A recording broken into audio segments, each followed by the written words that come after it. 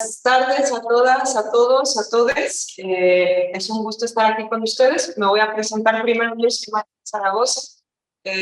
Soy mexicana, defensora de derechos humanos y ahora estoy haciendo un trabajo de investigación predoctoral en la Universidad de Deusto. En esta ocasión voy a moderar este espacio. Va a ser una moderación diálogo con las compañeras. Les voy a presentar primero y después pues iniciamos, ¿no? Lo primero es, yo voy a hacer una introducción y luego ya abrimos como el espacio del diálogo. Estamos aquí con mi compañera amiga Lourdes Rosa, también defensora de derechos humanos en México, con mucha experiencia en la defensa tanto en la frontera sur mexicana como en la frontera norte. Y también estamos con Guruche Aispurúa, de Mundo Bakean, también con mucha experiencia en terreno, en Guatemala principalmente, ¿no? Y con esta experiencia en cooperación. Lo voy a hacer muy sencillo para enfocarnos más en el diálogo. A mí, bueno, yo voy a darles como un poquito y de manera súper rápida un esbozo general del contexto migratorio en Mesoamérica, que es verdad, y me gusta como mencionarlo, que casi siempre cuando yo hablo de contexto migratorio, en realidad estoy hablando más de México por ser un lugar donde nací, donde crecí, donde he ejercido la defensa de derechos humanos, pero al ser un trabajo, al trabajar con migraciones, hemos trabajado, hemos colaborado, hemos estado principalmente con Centroamérica, ¿no? Entonces voy a dar algunos esbozos que si hay personas de Centroamérica o que han trabajado en Centroamérica, a lo mejor les pueden parecer muy mexicocentristas, ¿no? Regionalmente lo que voy a comentar. Primero decir, pues eso, que la región mesoamericana es una de las más transitadas en el mundo, ¿no? En este caso, México es un país por donde muchísimas personas de origen centroamericano pasan año con año desde hace décadas, pero también se invisibiliza que para pasar por México también se pasa por países como Guatemala, ¿no? Y cada vez va cambiando más los perfiles de las personas que pasan por Mesoamérica con el objetivo de llegar hacia Estados Unidos, ¿no? Y por Mesoamérica me refiero justo al norte de Centroamérica y a México. Y bueno, sí, es una de las rutas más transitadas porque el objetivo principal es llegar hacia Estados Unidos en esta dinámica migratoria de expulsiones en el sur global y expulsiones forzadas, migraciones forzadas hacia el norte.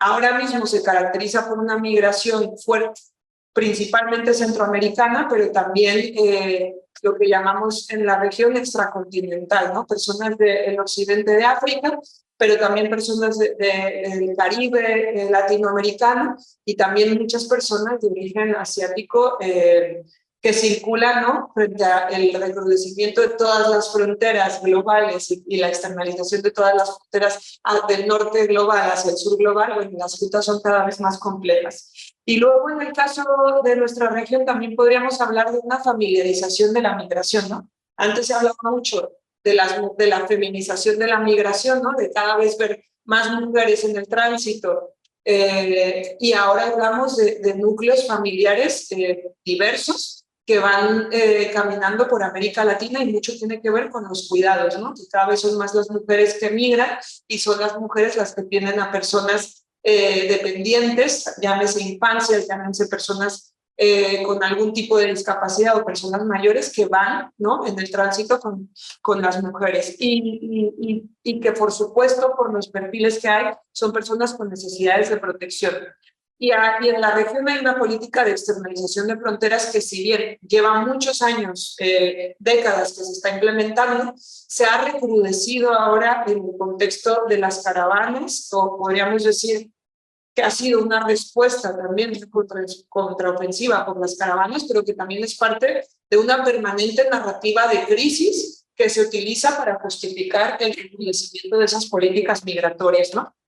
Por ejemplo, en el caso de Centroamérica hubieron estos acuerdos de tercer país seguros, los acuerdos con Centroamérica, que al final Donald Trump presionó y cuando llegó el presidente Joe Biden, el presidente de Estados Unidos, se echaron para atrás. Pero es verdad que siempre está como esa permanente amenaza y que el asilo se ha utilizado siendo una herramienta de protección internacional, se está utilizando como una forma más de contención lo más al sur posible, ¿no? Entonces, ahí está siempre permanente. Luego, la militarización de las fronteras y las rutas también es una constante en toda la región, y no solo es la militarización, sino la cooperación en estrategias militares de contención. Por ejemplo, en las caravanas siempre se utiliza la estrategia de dejarles caminar, y una vez que las personas están cansadas, hacer lo que llamamos estas cacerías de personas migrantes que se vieron en las caravanas del 2008 en México, cómo se fueron utilizando esas tácticas de dejarles caminar y después hacer los operativos, muy similares a la manera en que, por ejemplo, cuando las personas cruzan el desierto entre México y Estados Unidos, también se les deja días caminar, y cuando ya están con sed, ya están desnutridos, y justamente han habido testimonios en el documental de eso, ya llegan estos operativos migratorios, ¿no? Son tácticas, pues, de guerra contra las personas migrantes que se utilizan de manera regional, y que Guatemala, en el contexto de la pandemia, con una caravana en particular hondureña que cruzó el territorio guatemalteco, también desmanteló la caravana utilizando esa misma estrategia, ¿no? Entonces, ahí hay una lógica militar de externalización de fronteras, y finalmente, pues, la criminalización de la migración y de la solidaridad, ¿no? hacia la migración. Y eso pasa también aquí, o sea, es propio de la externalización de fronteras del sur hacia el norte, de desmovilizar la solidaridad, y es como...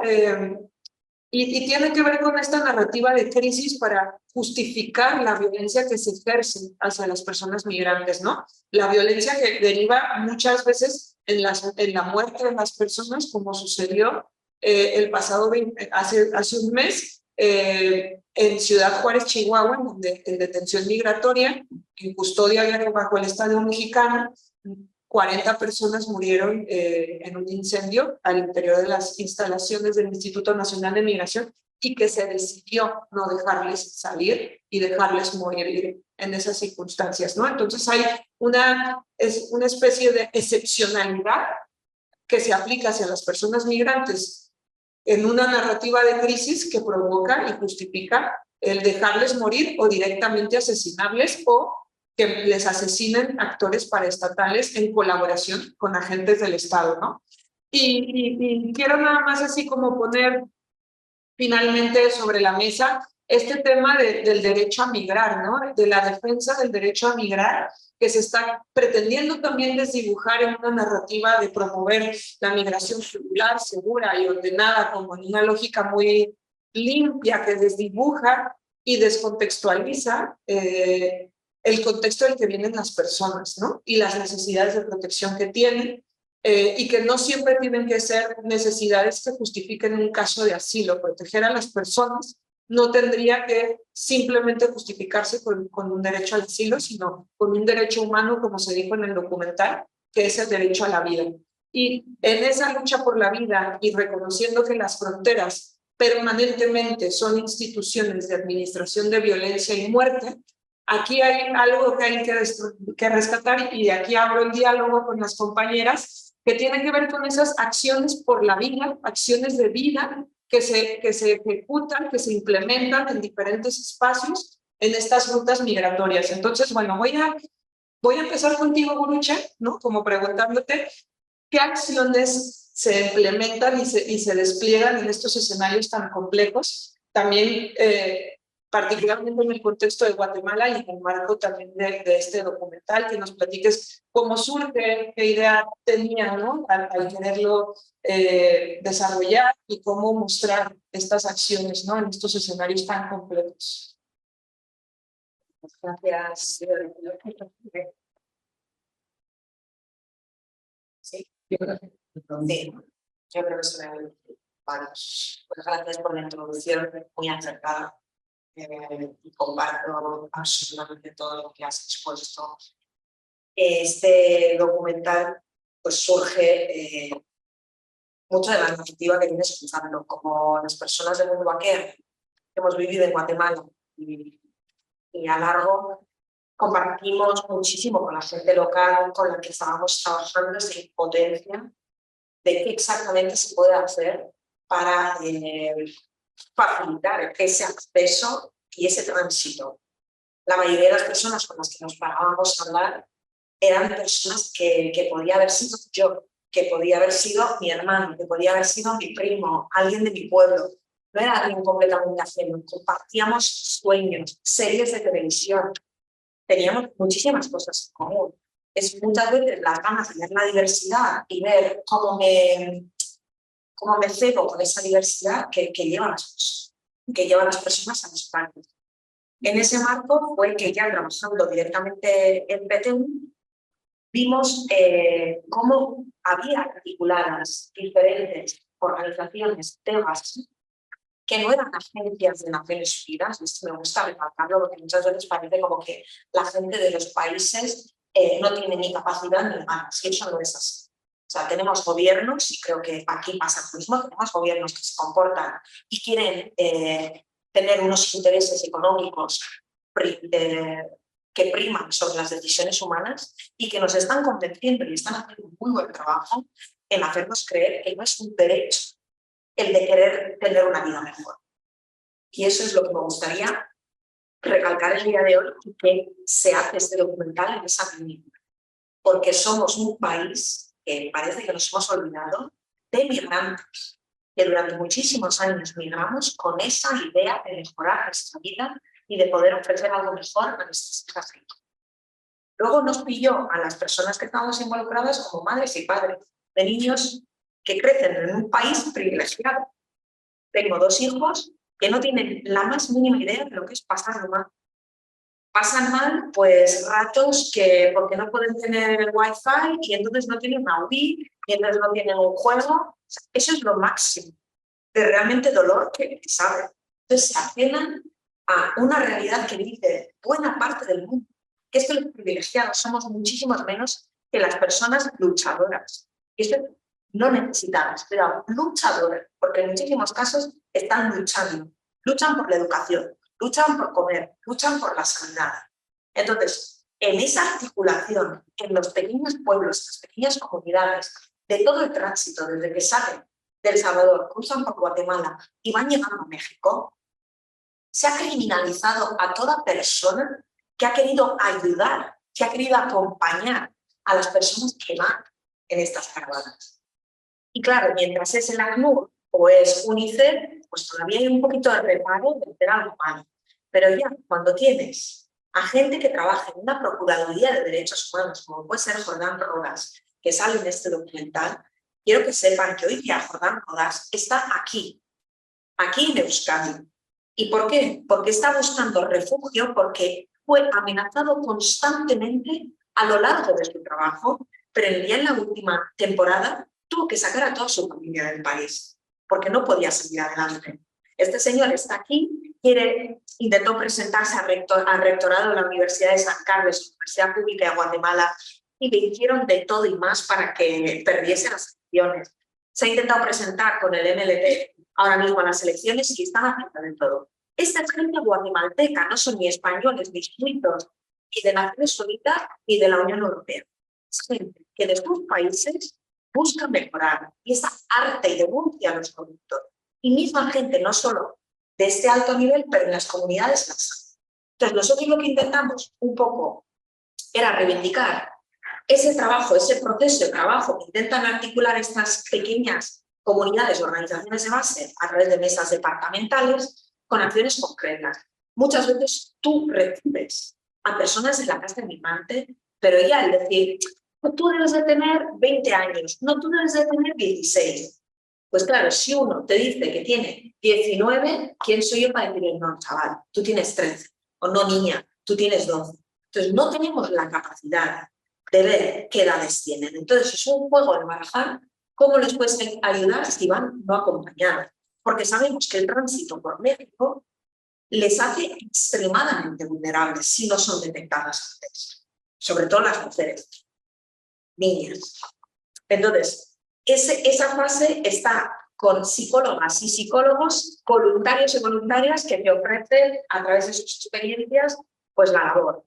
Gente de las comunidades que da comida, matrones, sanitarios que se saltan todos los artículos de sus puestos de trabajo que les impiden el dar atención universal a personas que han sufrido violaciones, a personas que han sido pues violentadas, ya puede ser físicamente, hombres, mujeres trans, pero también apaleadas, que es que en muchos casos pasan pues chavales que saben que son de malas, pero que por salirse adelante pues igual venden a la lesbiana o la mujer trans o el que creen que es niño o niña, porque entonces las maras les dejan en paz a ellos y van a por alguien que puede ser víctima de trata, porque hay mayor tasa.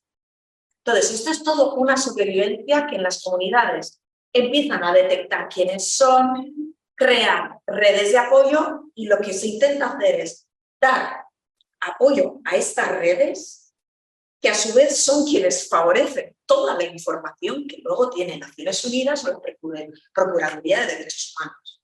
Entonces yo creo que esas son las actividades y las acciones que como se visibilizan a raíz de la pastoral, que es la única que tiene realmente cabida y no se le trata como decir, que se está saltando la ley por estar haciendo la labor de acogida de migrantes, cosa que cualquier persona que acoge en su casa, siendo nacional guatemalteca o guatemalteco a alguien, está atentando contra las leyes guatemaltecas. Entonces puede ser llevada a presa.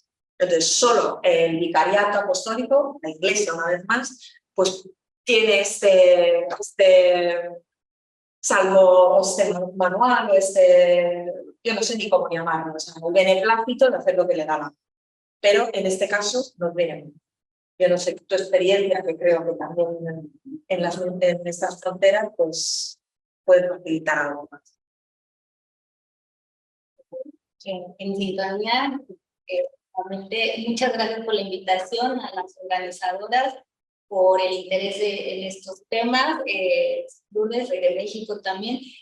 Llevo muchos años trabajando tanto en la frontera de México sur con Centroamérica, que fue el documental se basó en la migración centroamericana, y ya con el contexto que nos dio Mariana nos aceptamos más, y también muchos años trabajando en la otra frontera cuando ya llegan las personas, la frontera norte de México, en su intento para cruzar hacia Estados Unidos.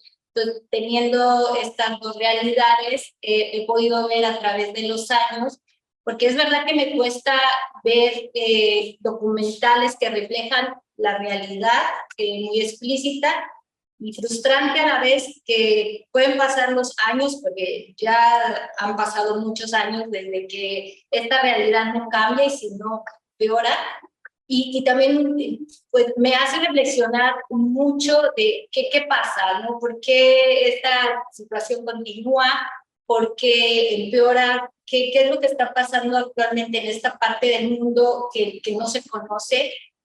Y sucede algo muy importante. Normalmente estamos acostumbradas a ver conflictos en el mundo, ¿no? A ver guerras, a estar más sensibilizados a esos conflictos que llaman la atención a nivel internacional, ¿no? Que se ven bombas, porque se ven tanques, porque se ven explosiones. Pero lo que pasa en la región, tanto de México como Centroamérica, es otro tipo de guerras, que no se menciona, no se nombra, pero es una guerra. ¿Por qué? Porque son regiones con los más altos índices de feminicidios. Son regiones con números de muertes que pueden llegar a impresionar debido al crimen organizado. Nadie cataloga en la actualidad cómo afecta el crimen organizado a nuestros países. Y realmente el crimen organizado en la actualidad es uno de los actores más importantes que usa estrategias, ¿no? Inclusive denominadas terroristas. Y sin embargo, este tipo de conflictos no se habla, no se conoce. Y afecta miles de vidas, por supuesto, de las vidas que se pierden en medio de esta guerra, en la lucha contra el narcotráfico, el crimen organizado, donde entran las pandillas, los maras, que es, como se ha hablado y se conoce, una de las principales causas de la expulsión forzada de las personas es la violencia causada por las pandillas conocidas como maras, pero también el narcotráfico, lo que implica el crimen organizado. Son miles de vidas que se pierden cada año, pero también todas las familias víctimas que pierden a una persona. Y en ese camino de todas estas violencias van surgiendo otras realidades. No se habla del desplazamiento forzado interno. Estamos muy acostumbradas a escuchar desplazamiento forzado interno en Colombia, probablemente más en esta región, se ha estudiado, se ha hablado, pero no se habla del desplazamiento forzado interno en México debido al crimen organizado. Entonces, creo que en el discurso hacia afuera a nivel internacional, el documental es muy explícito y habla de las causas, normalmente no da tiempo para profundizar, y las personas te dicen, muchas mencionaron la causa, educación para niños, niñas, alimentación, salud, trabajo, ¿no? Derechos básicos, fundamentales que tenemos todas las personas. Pero si profundizamos, probablemente se profundizó, la violencia es transversal. La violencia es transversal a las causas de la migración y no se está atendiendo y no se está viendo esta región del mundo como una región que requiere inclusive un apoyo humanitario como el que se da en otras regiones del Medio Oriente, la misma guerra de Ucrania que se vive aquí en Europa día a día, porque no se visibiliza porque no hay interés de que se vea. En la cuestión humanitaria, por ejemplo, tanto las caravanas que se han hablado mucho y que han visibilizado esta parte del mundo con el desplazamiento forzado, pero no se conoce las tácticas que utiliza Estados Unidos para expulsar a las personas de su frontera para que no lleguen, y son tácticas criminales. O sea, ver la forma en que expulsan a las personas una vez que intentan y no logran cruzar hacia México y que México acepta esas expulsiones, prácticamente es exterminar a las personas.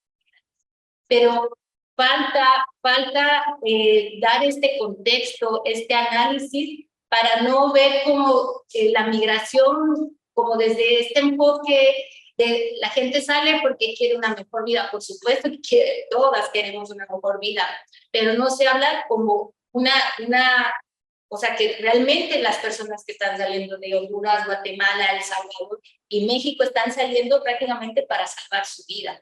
Y lo que se encuentran son políticas migratorias que deshumanizadas, criminales, y que lo que tratan es exterminar a la persona. Creo que estamos en un punto en que es importante visibilizar y sobre todo que es necesaria la visibilidad internacional y también la ayuda humanitaria internacional, porque ver las condiciones en las que las personas llegan, las que logran llegar a la frontera norte en la espera, porque también lo que se ha creado es una inmovilidad forzada.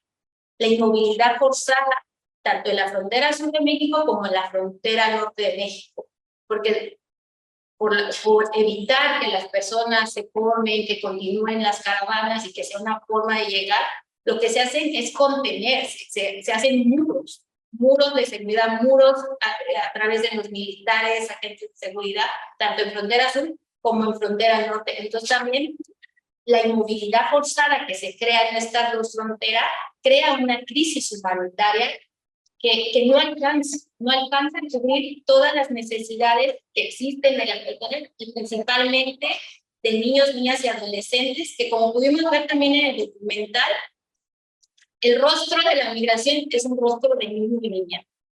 O sea, por supuesto, en su familia, pero viajan como mínimo con 2 a 5 niños y niñas. La migración actual tiene un rostro infantil. Y creo que esta mirada falta también ponerla en el centro, ¿no? ¿Qué está pasando? Las poblaciones prácticamente están expulsando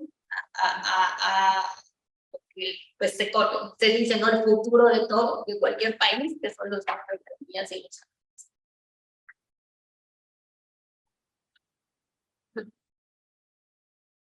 Bueno,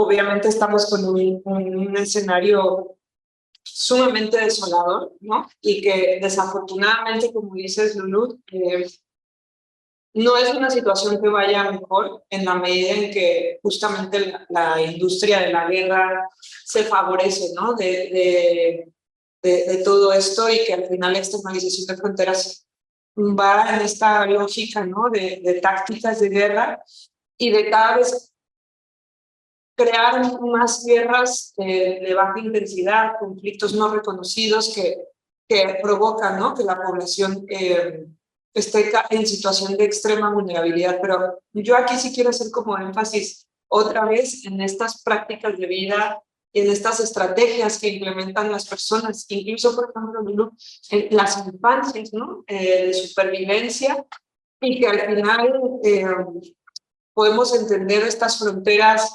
visibles e invisibles como en una doble lógica, ¿no? En una lógica de contención, pero también en una lógica de atravesamiento. Porque por más que se pretenda inmovilizar a la población se va a mover, porque esto es como el agua, ¿no? Se busca su causa y se busca la vida. Entonces, vuelvo al diálogo y a lo mejor volvemos después a hacer una ronda de preguntas, pero vuelvo a insistir como en otra ronda en escuchar estas tácticas, ¿no? Guruche, tú ya las escuchaste, tú ya mencionaste como algunas, a lo mejor como profundizar también de una manera como transnacional, entre aquí y allá, cómo las vemos, cómo podemos articularlas, cómo podemos reconocerlas, y luego contigo, Lulu, también nombrarlas entre fronteras, ¿no? En el marco del trabajo que venimos llevando a cabo desde hace varios años, cuando Baquean se separa del movimiento La Paz y la Libertad, que es el MPLL, yo creo que desde, digamos, inicios del 2000, que empezamos a detectar pues, los primeros flujos migratorios, se empiezan a hacer diferentes estudios. Los estudios, como bien dice Lulú, siempre hacen mucho hincapié en lo que son las situaciones sanitarias, educativas, de cada uno de los gobiernos de Centroamérica. Pero siempre falta como el espacio de la corresponsabilidad. O sea, es muy fácil hablar de la corrupción en América Latina sin echar un ojo de quiénes son los corruptores. Y esto en muchas ocasiones, pues yo creo que se ha intentado, pero nunca de la forma que se viene haciendo, yo diría, en los últimos 4 o 5 años. Yo creo que los procesos ya de apoderarnos del concepto de defensoras y de defensores, pues yo creo que, bueno, Berta Cáceres hizo unos llamamientos importantes hacia esta realidad, pero cada vez más los movimientos vienen reconociéndolo. Y en los últimos 4 o 5 años yo diría que lo que son las administraciones locales, y aquí por aterrizarlo, Vizcaya, Gobierno Vasco, Gobierno de España, cuando se apoderan de estas palabras y de estos conceptos, a veces te vienes arriba diciendo, wow, nos están escuchando. Y luego, poquito a poquito, parecía que nos escuchaban, pero en la realidad lo que están haciendo es la charla tonta. Les deciste que sí, pero luego no llevan realmente procesos. Entonces, tenemos un eje que vemos, por un lado, que sí hay defensoras y defensores en cada territorio, y hablo de cada territorio porque lo que está sucediendo tanto en Guatemala como buena parte de México tiene muchos enlaces comunes, que cada vez más los pueblos mayas se empiezan a levantar, a articularse entre ellos, a hacer defensa no solo de su territorio, sino de sus personas. Y a través de esa defensa también hacen la defensa a la sostenibilidad de la vida. Hacer valer procesos que están provocando la migración. O sea, cuando yo me deshago de todo lo que es la fuente de vida, la capacidad de subsistir de los pueblos, pues lo que estoy haciendo es obligarles.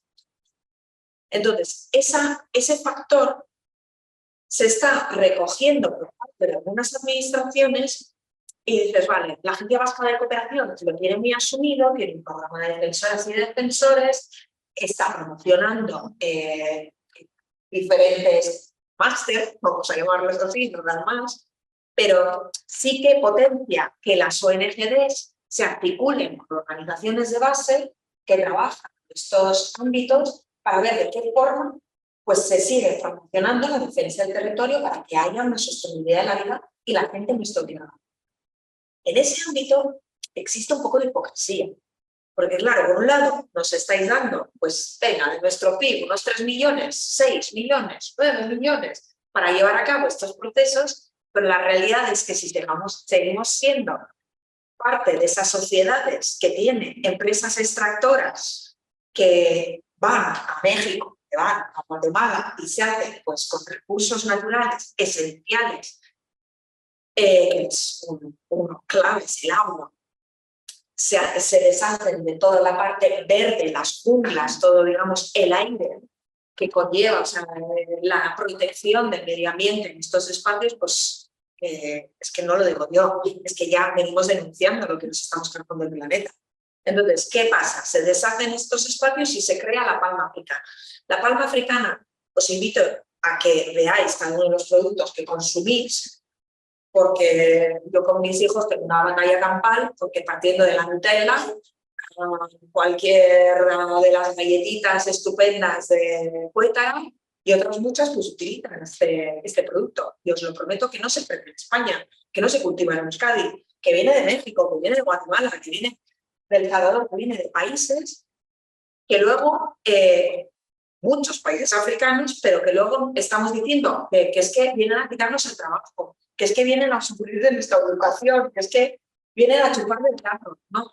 Es que tenemos que hacer un replanteamiento de quiénes están robando a quién y cuál es la escala, o sea, en qué momento nos plantamos como sociedad. Entonces, a mí me parece que la articulación por parte del sur se está haciendo. O sea, que se puede hacer mejor, sin duda, que se debe hacer más también, que debemos de ver de qué manera unimos esfuerzos también, pero yo creo que el llamamiento en un momento dado de corresponsabilidad, como y ahí lo asumo como persona pues, euskalduna, que por más que no soy nacida en Euskadi, pues lo vivo con plenitud porque mi pasaporte me lo permite.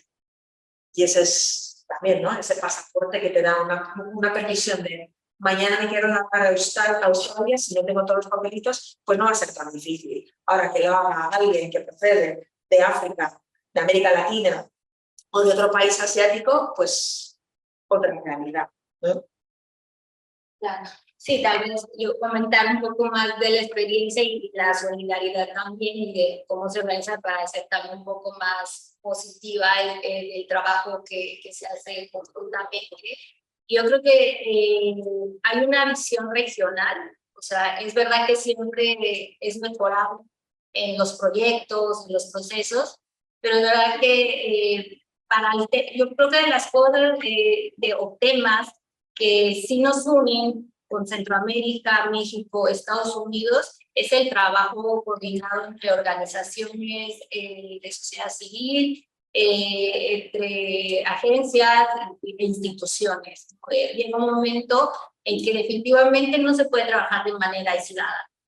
Como digo, todo es muy mejorable, pero sí hay un antecedente de solidaridad en la región común, desde, como vimos, el tránsito. El tránsito es muy importante. ¿Y por qué? Porque hay toda una red de casas de migrantes, el documental muestra la casa de migrante que se creó por la necesidad en Guatemala, pero las casas de migrante pues, tienen algunas 40, 50 años de existencia. En la ruta migratoria, si sumamos los entre albergues, casas de migrantes, alojamientos, la variedad que existe entre México y Centroamérica, pues se pueden encontrar unas 100, más o menos, espacios de alojamiento. Y yo no sé si en alguna otra parte del mundo existe esta red de alojamientos que al final es una forma de facilitar la migración en el sentido de la solidaridad que existe, de esa solidaridad. Si bien muchas pueden ser de corte religioso, otras no.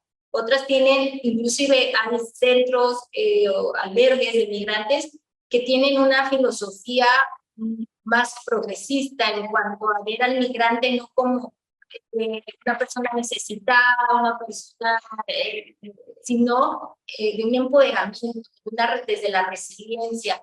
Y creo que hay muchos aprendizajes en la región respecto a la atención de los flujos migratorios, porque realmente, o sea, en cuanto a números, la región de la frontera de México con Estados Unidos es una de las fronteras más transitadas del mundo.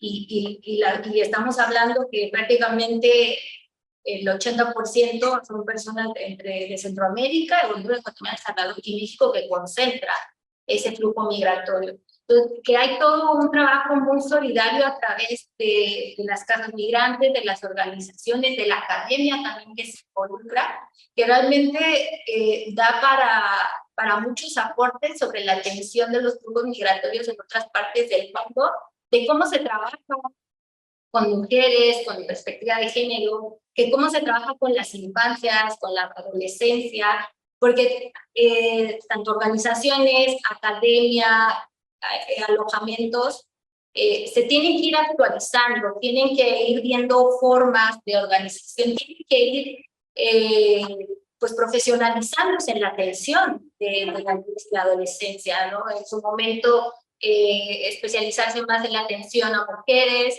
Actualmente, bueno, ahora son mujeres, niños, niñas, adolescentes, pues también se profesionaliza y entonces te encuentras muchos espacios, tanto en la ruta, en los países de origen, el tránsito, destino, porque también Estados Unidos tiene muchos albergues que en su momento no existían, pero también hay una solidaridad también en Estados Unidos de organizaciones y muy potente, que es muy solidaria con la comunidad y inclusive que aprende que las organizaciones de Estados Unidos van a aprender del trabajo que se tiene y de la trayectoria que se tiene en México y Centroamérica. Muchas gracias. Bueno, pues sí, yo creo que aquí tenemos como todo un reto por tejer luchas que me parece súper importante.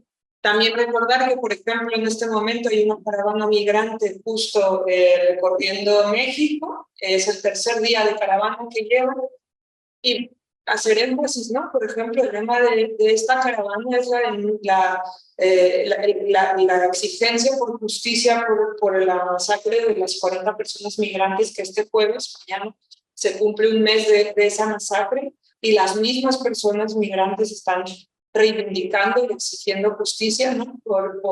Y el cierre de estos centros de detención, y muy bien nombran que fue el Estado quien les asesinó. Me parece que también ahí hay que poner como un énfasis de estos aprendizajes de organización colectiva, que tiene muchos retos, pero que ahí hay como un movimiento muy latente, y esta reflexión que haces, Luche, que creo que mucho hay que decirlo, y yo lo digo en cada espacio que pongo, ¿no? Que Europa principalmente tiene que escuchar al sur, ¿no? Por ejemplo, con todos estos aprendizajes en la red de atención y acogida, en todas estas experiencias que tienen. Yo me acuerdo mucho de la hermana nuestra en el albergue de Cajumín, un albergue para mujeres y familias refugiadas, diciendo, pues yo no tenía ni idea de cómo trabajar con mujeres trans. De hecho, ni siquiera tenía ni idea como religiosa que tenía, ¿no? Como tenía ciertas ideas, y la llegada de ellas me llevó a atenderlas, a escucharlas, a reconocerlas y a volverme una defensora, ¿no? De los derechos humanos de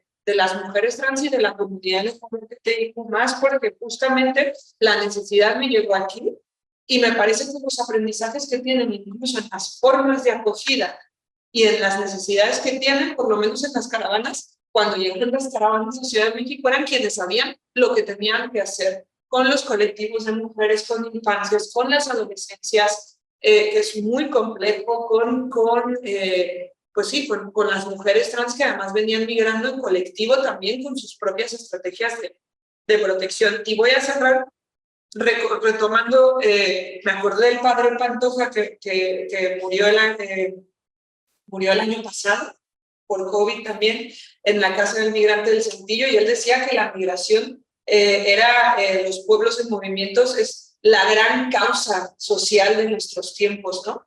Y me parece que de ahí vienen como estos aprendizajes que se construyen en estos espacios y en estas redes sobre las que tendríamos que tener. Y aquí lo dejo para abrir a preguntas. Podemos hacer una ronda de preguntas y vuelta, y luego valorar qué tanto tiempo tenemos para hacer una más, ¿vale? Estamos grabando, entonces si alguien quiere intervenir, se tiene que acercar al micrófono, porque creo que había un... Bueno, si no, lo pasamos, si no, pues bueno.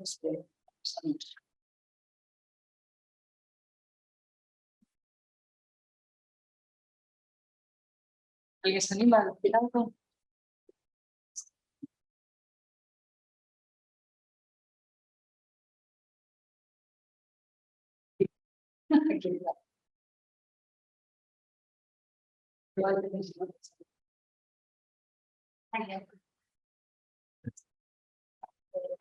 Sí, antes has dicho, Luche,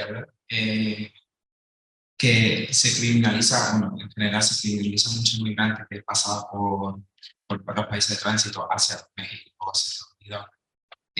Esa criminalización se hace, o sea, desde los estados, o sea, cómo actúan los estados, actúan de forma diferente o se criminaliza de forma directa, o sea, los estados, por ejemplo, los estados de Honduras, los estados de Guatemala, las personas que pasan por ahí, ¿cómo actúan ante estas situaciones?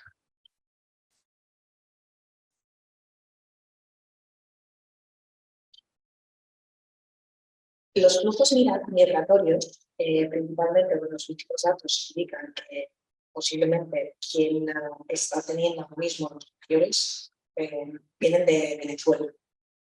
Estamos hablando casi 45 millones. O sea, hablamos de América Latina desde abajo que arriba.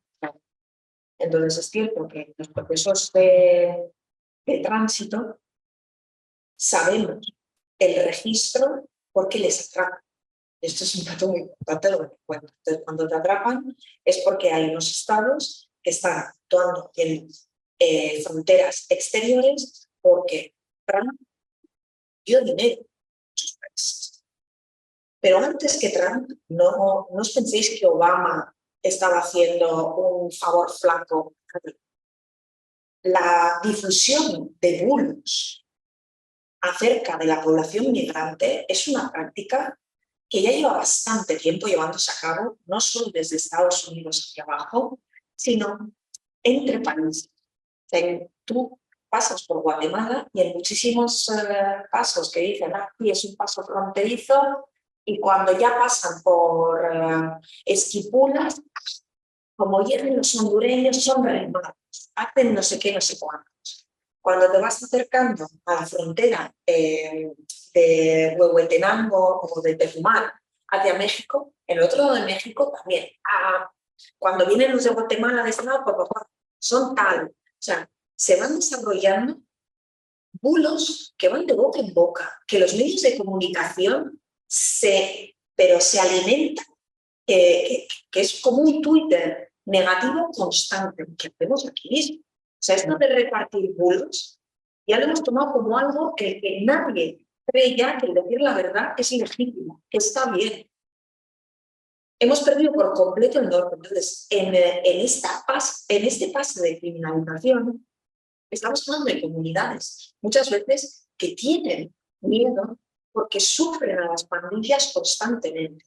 No, en algunos casos saben quiénes son los pandilleros porque son de su propia comunidad, pero en otros no. Entonces es muy fácil el decir, ay, que son los de la Mara Salvatrucha del Salvador, es que son los de la 18 calle, y viene de tal. Hasta ahora de Nicaragua ni decía nada. Entonces es que los refugiados que se pasan, que vienen de Guatemala, que vienen por Guatemala y son de Nicaragua, es que realmente eran pandilleros salvadoreños. Nadie quiere hablar de que son opositores. Bukele, presidente de El Salvador, sé que no iba a hablar de él, ha sido súper hábil en el criminalizar. Porque él dice que todos los que están migrando son precisamente pandilleros, porque él ha tenido unas políticas muy buenas contra las pandillas.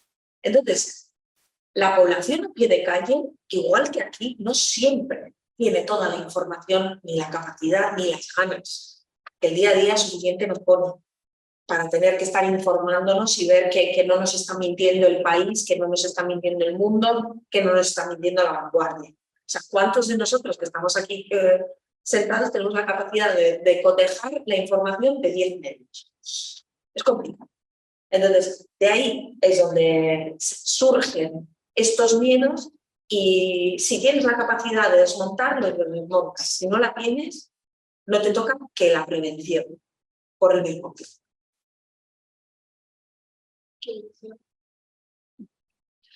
Bueno, yo voy a entrar un poco aquí porque el tema de la criminalización me tocó trabajarla mucho en México y justo cuando estaba en el programa de Asuntos Migratorios y la Universidad Interamericana hicimos un informe sobre criminalización en toda Mesoamérica, o sea, Estados Unidos, México, Guatemala, El Salvador y Honduras, principalmente, ¿no?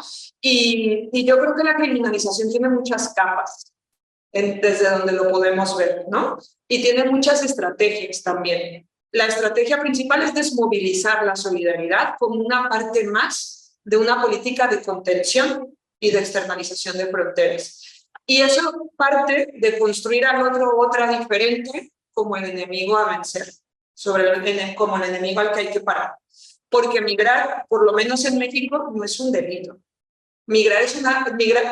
Entrar de manera irregular al territorio mexicano no constituye un delito, constituye una falta administrativa. Entonces, a partir de eso empieza como a construirse toda una narrativa que yo vuelvo a meter como el tema de la crisis. Nos tienen que vender la idea de la crisis para justificar acciones excepcionales que cada vez se vuelven más cotidianas, que van encaminadas a criminalizar. ¿Y qué pasa? Que al final esa idea de construcción del otro y la otra es funcional para justificar las acciones que se están haciendo. Y luego hay muchos niveles, ¿no? Abordar la migración desde un enfoque de criminalización es uno. Es decir, habría dos paradigmas que se podrían basar. Uno es el de seguridad humana, el de la protección, que es lo que estamos discutiendo aquí. En cambio, se está utilizando este paradigma de criminalizar y detener a las personas migrantes. Y luego están las otras estrategias en un contexto, como mencionó ya Lulu, de extrema violencia que vivimos en México, de guerra, de guerra en contra de la población misma mexicana y por ende de la población migrante.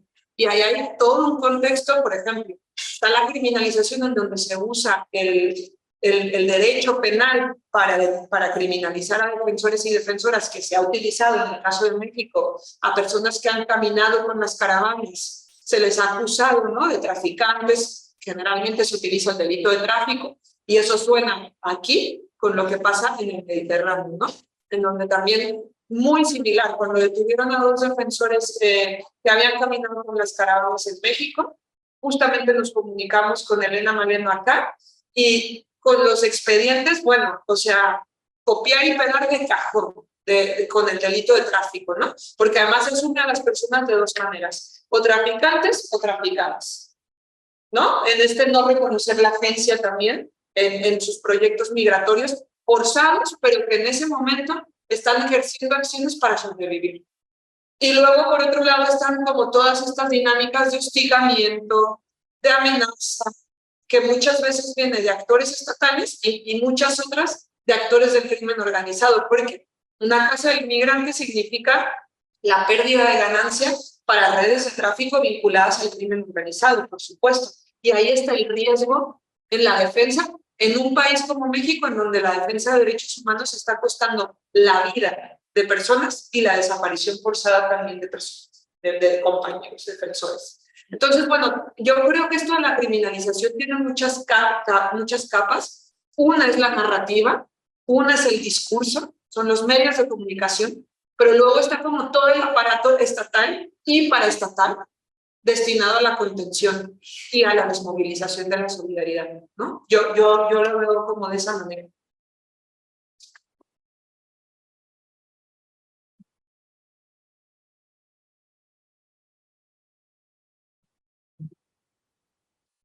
Sí, ¿no? Ahora has comentado esas similitudes con lo que pasa también en el Mediterráneo, con el sur, ¿no? Con la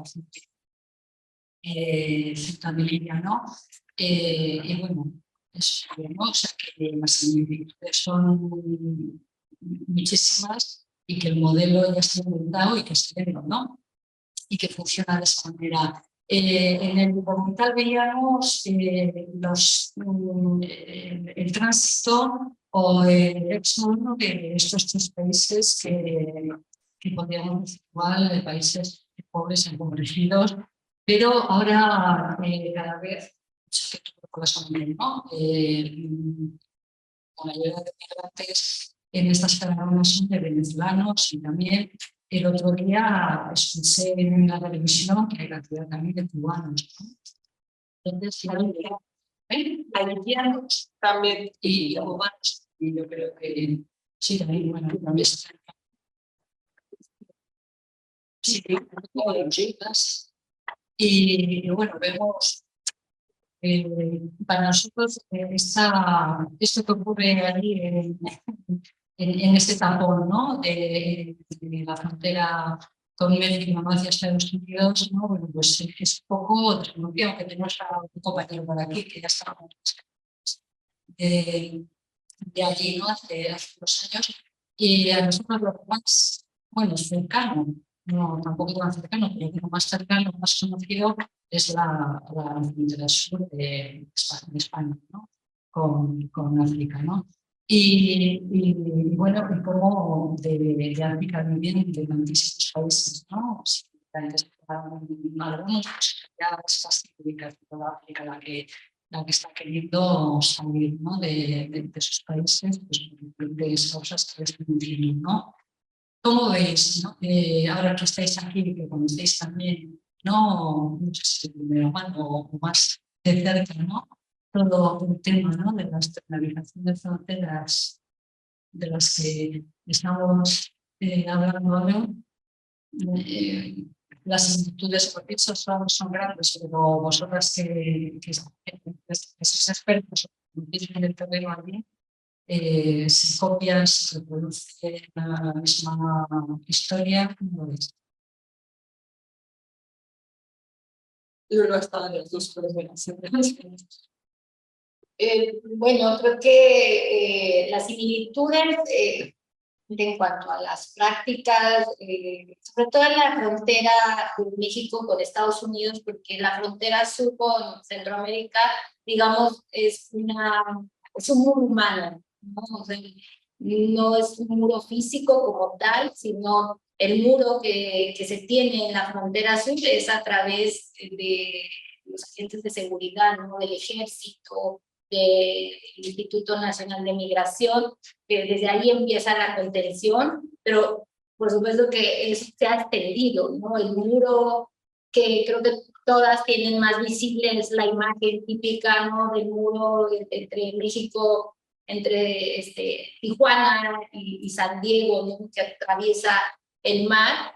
Sin embargo, en la lectura actual, desde las organizaciones, la academia, pues hablamos de esa extensión del muro hasta Guatemala, ¿no? O sea, es un muro que se ha ido extendiendo a través de los agentes de seguridad.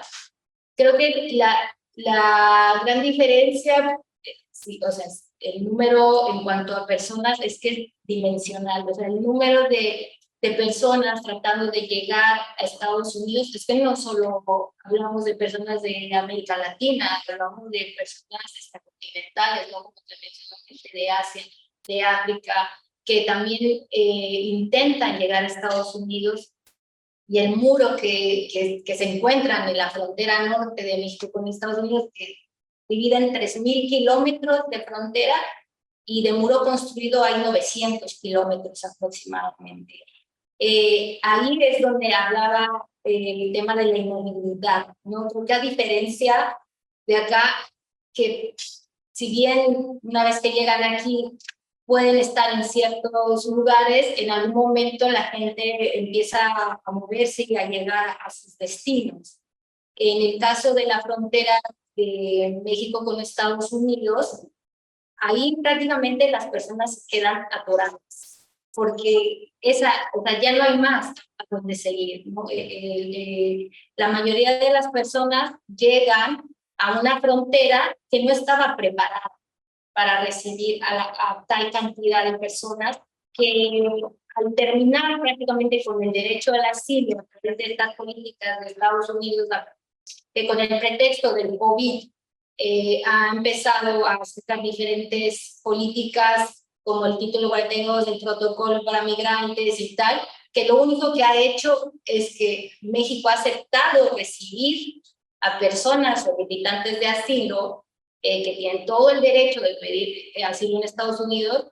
México ha aceptado que Estados Unidos las devuelva a territorio mexicano y que esperen a sus procesos en el mejor de los casos, o que simplemente México sea el encargado de expulsarla, ¿no? De lo que sea que esté aquí también en el caso de Turquía, o sea, que de Líbano, o sea, al final son las mismas prácticas, sino lo que llama la atención es la cantidad de personal. Solo para darles un dato, en los 3 años que llevó la pandemia, Estados Unidos promovió esta política del título 42, que es una política que prácticamente decía de salud, que por temas de salud cualquier persona podía ser expulsada, principalmente centroamericanos. Luego se extendió a venezolanos y haitianos, y ese título todavía no se ha concluido, es vigente, o sea que en la actualidad Estados Unidos puede expulsar a cualquier persona de Centroamérica, de Venezuela, de Cuba, de Haití, a territorio mexicano. En 3 años que lleva ese título 42, Estados Unidos ha expulsado a 2.5 millones de personas. O sea, me refiero que cuando hablamos de la frontera México-Estados Unidos, por supuesto que podemos comparar que son políticas muy similares, pero es que imagínense atender a 2.5 millones de personas en la frontera norte de México, que aparte, además, es una de las zonas más peligrosas de todo el país, por lo que hablaba al principio, por el crimen organizado, por el narcotráfico. La frontera norte de México lamentablemente es conocida porque ahí se concentra el mayor número de cárteles de la droga, y Estados Unidos expulsa a esos estados de la frontera norte, que prácticamente, como comentaba al principio, es exterminar a la persona, estar expulsándola a las zonas donde las tasas de criminalidad son de las más altas del mundo. Tijuana, Ciudad Juárez, tiene las tasas más altas, son consideradas, siempre salen en las listas como 2 de las ciudades más violentas del mundo, y en el caso, lamentablemente, de Ciudad Juárez, muy conocida por una de las ciudades también por el alto índice de feminicidio. Y es ahí a donde México ha aceptado que sean devueltas todas. Entonces, de alguna u otra manera, tal vez no mueren en el mar, pero mueren de otras formas.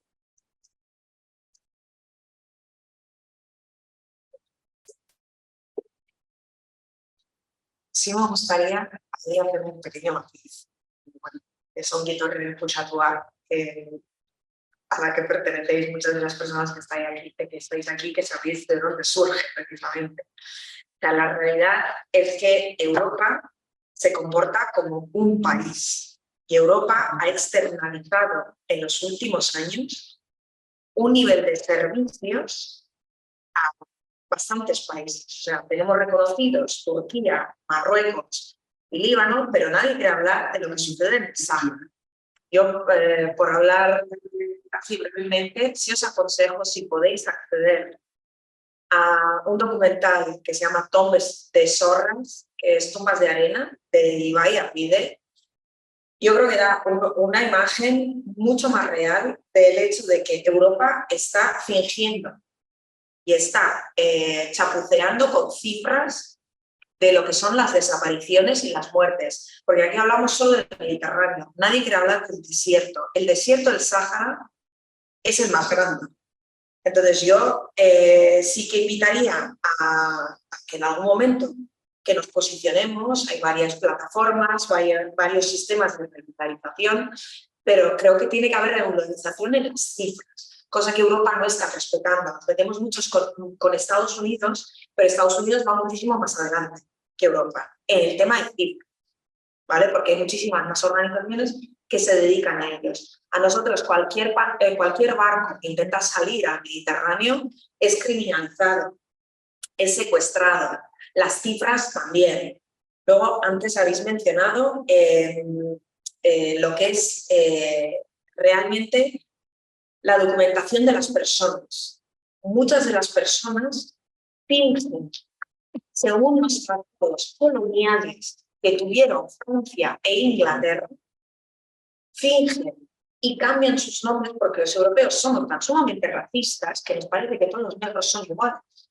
Entonces, que sea chino, que sea negro, pues ya asiático, ya tenemos como matices que, bueno, que se llama Mustafa, que se llama Ali, y ninguneamos. Pero el nivel de racismo que sufre la población africana es infinitamente más alta. Y si esta población africana es de religión musulmana, se multiplica el tipo de racismo y el tipo de vejaciones. O sea, las vejaciones criminales de pandillas y del crimen organizado que practican entre Estados Unidos, México, Guatemala, demás.